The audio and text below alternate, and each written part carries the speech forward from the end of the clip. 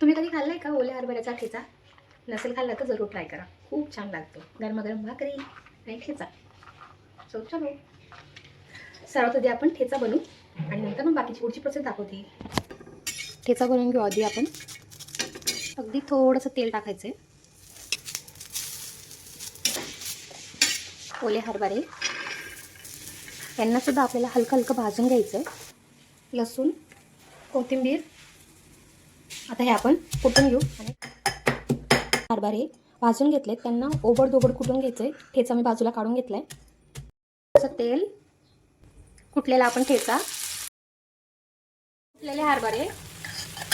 ठेचा बनवताना आपण मीठ टाकलेलं आहे, त्यामुळे थोडंसंच टाकूया.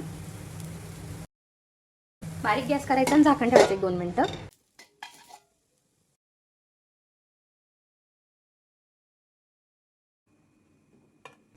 गरमागरम ओल्या हरभऱ्याचा ठेचा आपला तयार आहे. मस्त खुसखुशीत बनवलेला आहे. तुम्ही पण ट्राय करा.